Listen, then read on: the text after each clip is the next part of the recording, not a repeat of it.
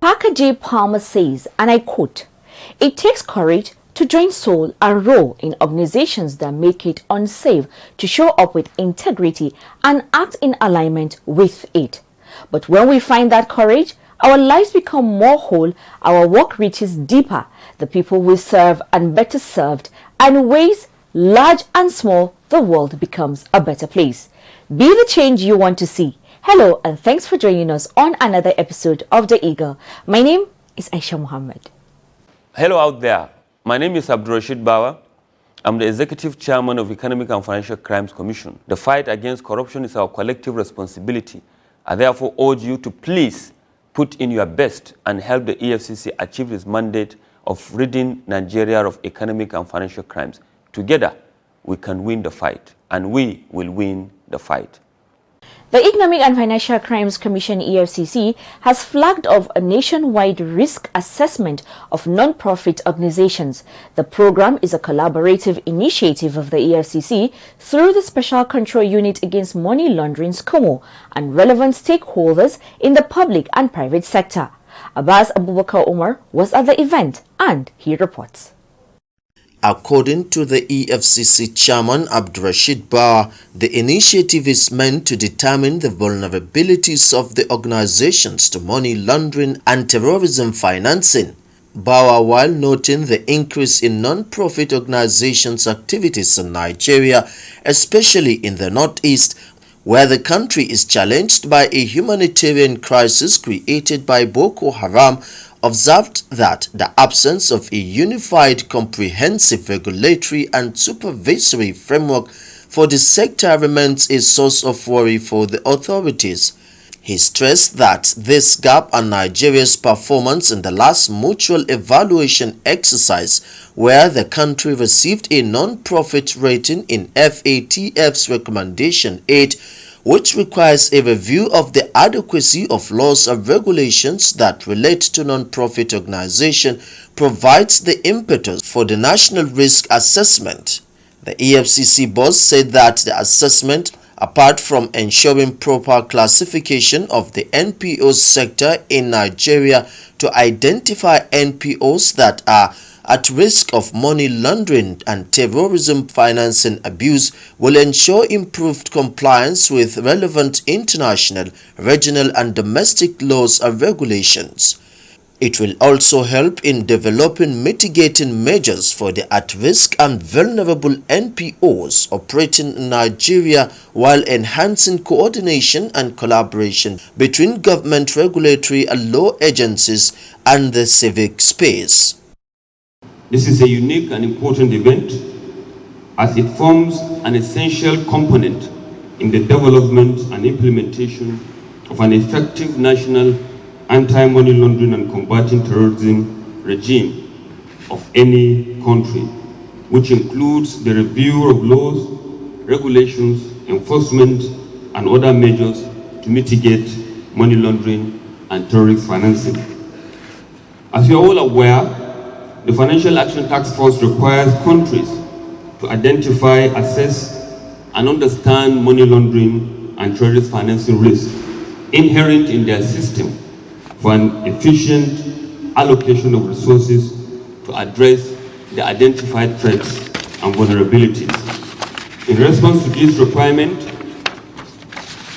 and as relevant supervisory authority of the non-designated businesses, financial and professions, we have accorded this exercise the relevant importance it requires by extending invitation to all stakeholders in the industry to participate in the exercise that will lead to the identification of the at-risk NPOs to terrorism financing. As you are all aware, our country has been ridden with a lot of risk of terrorists in the northeast, as well as banditry and kidnapping across the country. Speaking earlier, Director Special Control Unit Against Money Laundering SCUMOL, Daniel Isai, said the engagement gives the EFCC a robust opportunity to discuss the menace of money laundering and terrorism financing and come up with a comprehensive report to mitigate identified risks.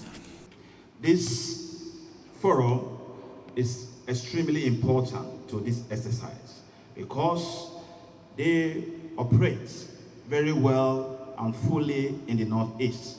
And we've been engaging them over the period for a range of like 2 years now. We'll be having discussions and interactions, and we have agreed that this exercise is very important for all parties, and this will help to deepen understanding on the part of the INGOs and the regulator.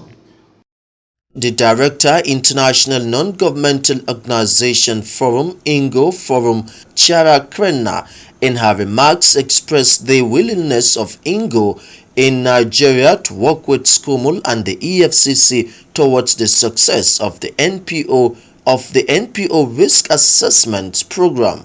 I would very much like to thank the EFCC Chairman and the Director of SCUMOL for taking the lead on this very, very essential activity. Over the last definitely 2 months especially, we have been able to have very good conversations on how to move forward together on the NPO risk assessment.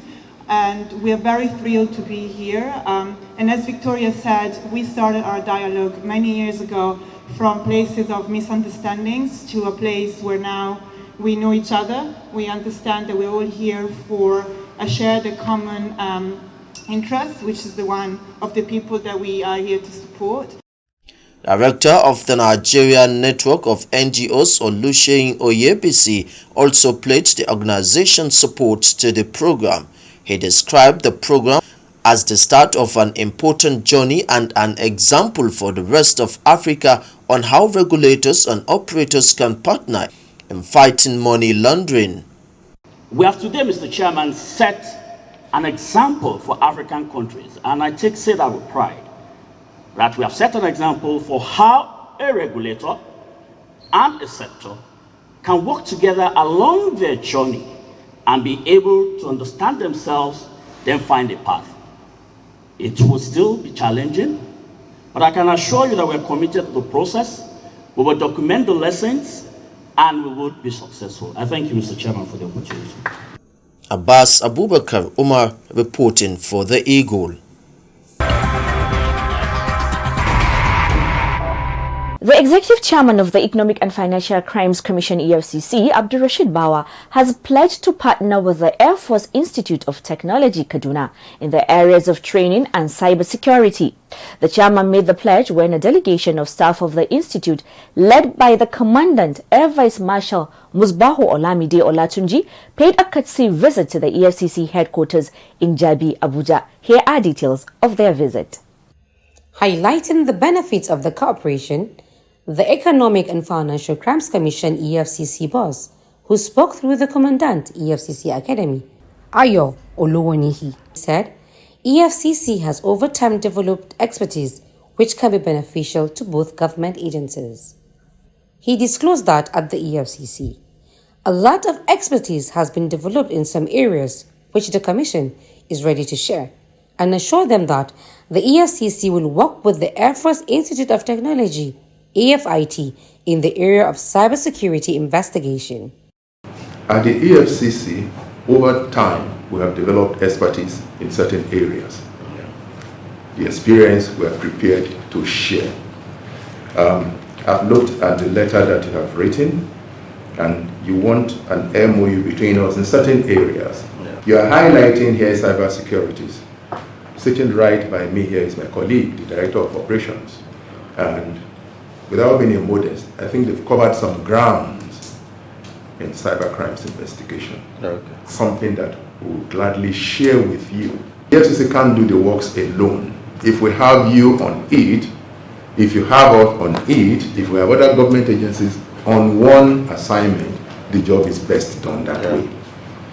And as for training, we will also share that which we know how best to do with you. So we're open to sharing our ideas, we're open to sharing our facilities. In his remarks, the commandant of AFIT, Air Vice Marshal Olatunji, said they were at the EFCC to find ways of collaborating with the Commission, especially in the areas of training, stressing that AFIT knows the EFCC capability in capacity building, as the EFCC has an academy and can run joint programs with AFIT, or AFIT can use the EFCC facility for their trainings. So we have been looking at how do we partner with people who have similar facility that we can use jointly. In terms of manpower, we know that the EFCC has EFCC Academy. There are programs that we can run jointly together, or we can come and use your facilities. Some of the things we don't have, we can come to you. And we also run a lot of programs apart from the degree programs. We do a lot of management programs, logistics, the programs, especially defense logistics, that we can share with other people. We have been extending the facilities we have to other people, agencies of government, other universities that we can collaborate with. And in general, that is why we decided to look at EFCC as one of those critical agencies that have facilities that can be very useful to us. He said the search for partnership became necessary following the recent upgrade of the institute to a degree awarding institution with the attendant demand for improved facilities and resources. Amina Kawa reporting for The Eagle. Well, you will agree with me that if everyone collaborates and join in making Nigeria a better place, so many societal vices will be a thing of the past. So please play your part to see that we have a better Nigeria. The ongoing trial of Abubakar Ali Peters and his company Nadaba Energy Limited for an alleged 1.4 billion naira fraud before Justice C.A. Balogun of the Lagos State High Court sitting in Ikeja, Lagos, continued with the court admitting in evidence all the documents tendered by the prosecution against the defendant. The prosecution counsel, S.K. Ate, had at the sitting on March 10, 2021, sought to tender correspondences between the EFCC and Petrocam Trading Limited, as well as the Corporate Affairs Commission (CAC), in relating to the alleged fraud.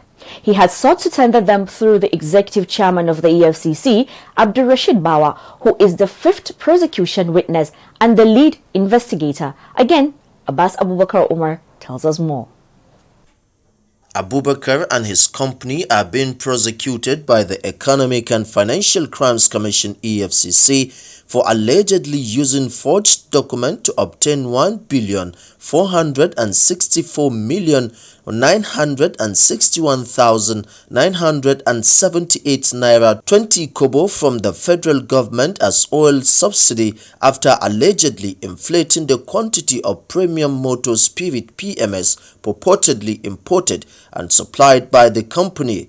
They pleaded not guilty to the charges preferred against them. The defense team, led by E.O. Isiramen, had however raised objections to the admissibility of the document, citing several authorities, including Section 83 of the Evidence Act. He had argued that the documents sought to be tendered were being brought to the knowledge of the defense during the pendency of the trial, several years after the case had already commenced.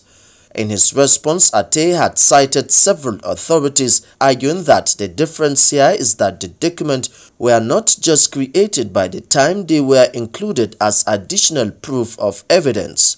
Delivering ruling, Justice Balogun dismissed the objection raised by the defense as lacking in merit and held that, with regard to the correspondence between the EFCC and Petrocam, the documents sought to be tendered were already in existence before the case was filed. He stated that Petrocam only gave documents of what already took place to the EFCC, and so there is no surprise for the defense.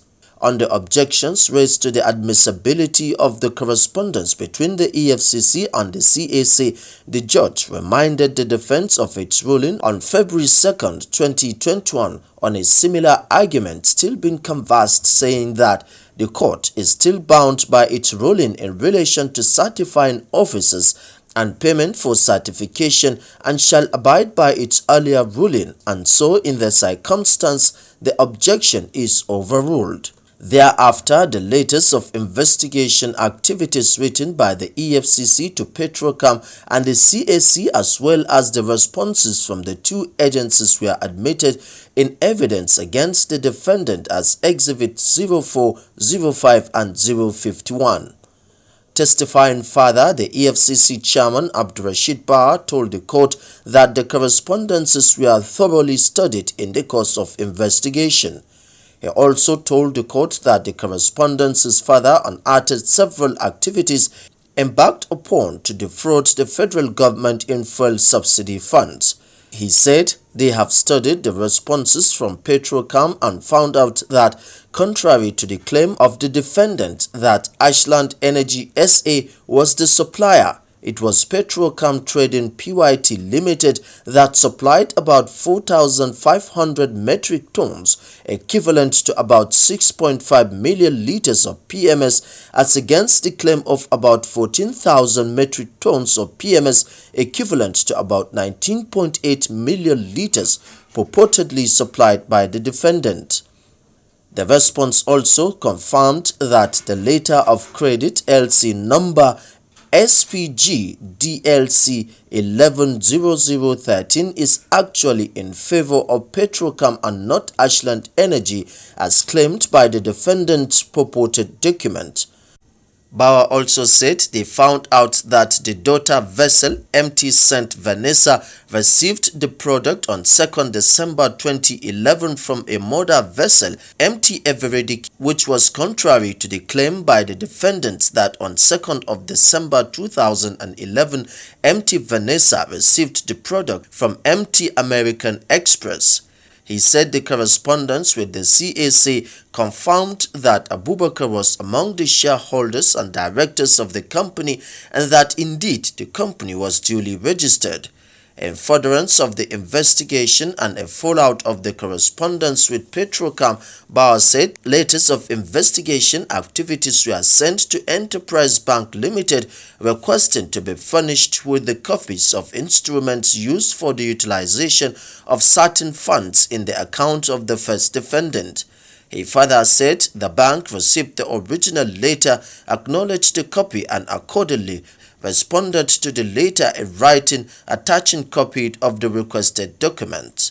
Equally, another investigation letter was written to Skybank PLC for copies of the account opening document and the statement of account of the first defendant. The bank duly acknowledged receipt and also responded in writing attaching all requested documents as well as certificate of identification. The statement of account was studied and found out that the said account is the account that received the subsidy payment of more than 1.4 billion naira on 4th April 2012 in favor of the transaction in the matter before this honorable court. According to Bawa, further analysis indicated that the entire subsidy payment received was utilized by the defendant, including a huge transfer of 850 million naira to enterprise account, which was found out to be for the liquidation of the LC, rest in favor of Petrocam for the actual transaction that took place. He further testified that then Spring Bank was approached by the defendant to finance the said importation. The bank agreed a rest letter of credit valued at $4.8 million in favor of Petrocam. According to him, investigation showed that the defendant reached out to one Mr. Jide Ofo Akpong of International Maritime and Shipping Limited, who helped to charter MT St. Vanessa, adding that it was the same vessel that received 6.5 million liters on 2nd December 2011 from Petrocam based on the LC that was raised. It was also found out that St. Vanessa only picked product from MT Everidiki on 2nd December 2011 of 6.5 million litres and discharged the same on behalf of the defendant at Masters Energy Depot in Port Harcourt. According to him, the findings were contrary to claims in the document submitted by the defendant to the Petroleum Product Pricing and Regulatory Agency (PPPRA). Thereafter, ATA sought to tender the correspondences between the EFCC and Enterprise Bank as well as Sky Bank. However, though Isiramen did not object to the admissibility of the EFCC letters, he objected to the admissibility of the responses from the two banks. Following the argument by the defense and prosecution citing several authorities, Justice Balogun adjourned till December 7, 2021 for ruling and continuation of trial. Abbas Abubakar Umar reporting for The Eagle.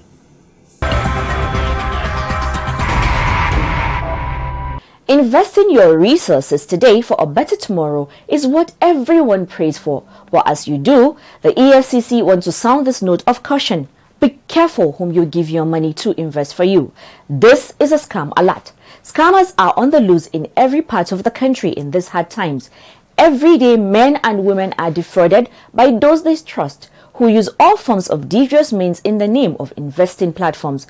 Be careful what type of investment scheme you subscribe to, and if you have fallen into the hands of any investment scammer or suspect anyone of being involved in investment scam, please report to the EFCC immediately.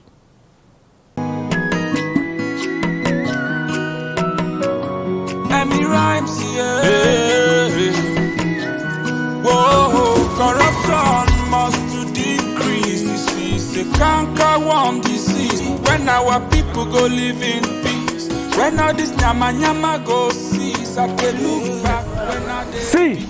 Now here they walk, and I hear at the chop. Sometimes this my work, it is very tough, and things go just wrong. But that one don't mean say I go put my hand inside bad things now. I know say if I put my mind to do this work well, I know say I go make am.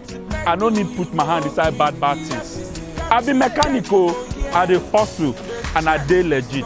Ni mai sai da kifi ne, ina jajircewa akan nema, ina sana'ata na gaskiya. IBS stylist, Moazu, mu dey legit. I'm selling phone accessory. I dey hustle and I dey legit. I'm a sound engineer. I dey hustle and I dey legit. I'm a tailor.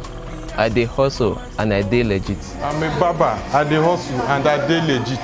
I'm a painter. I dey hustle. I dey legit. I'm a fashion designer. I dey hustle and I dey legit. Be proud of your hustle. Be legit. Say no to cybercrime. This message is from the Economic and Financial Crimes Commission, EFCC. And with that, we've come to the end of today's episode of The Eagle. Do not forget, for matters relating to economic and financial crimes, send an email to info@efcc.gov.ng. And to speak to our officers or representatives, you can call 0809 3322 644 and follow us on all our social media platforms at Official EFCC. If you see fraud happening, use the EFCC mobile app, The Eagle Eye. Download the app, follow the steps, and report fraud on the go. You can also take pictures of corrupt practices and upload them. My name is Aisha Muhammad. I leave you with this pattern words that says, creating a culture of integrity and accountability not only improves effectiveness, it also generates a respectful, enjoyable, and life-giving setting in which to work. Do the right thing always. Goodbye. God bless Nigeria. Please stay safe and remember to be kind to one another.